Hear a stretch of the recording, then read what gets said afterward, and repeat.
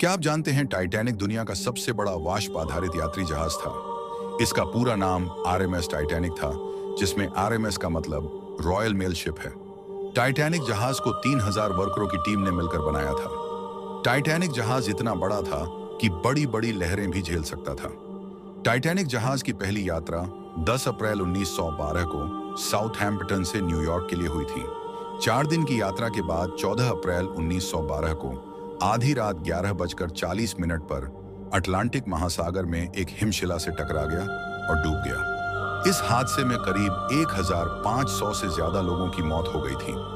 Titanic जहाज के डूबने के बाद इसका मलबा आज तक वहीं पड़ा है और इसे निकाला नहीं जा सका है।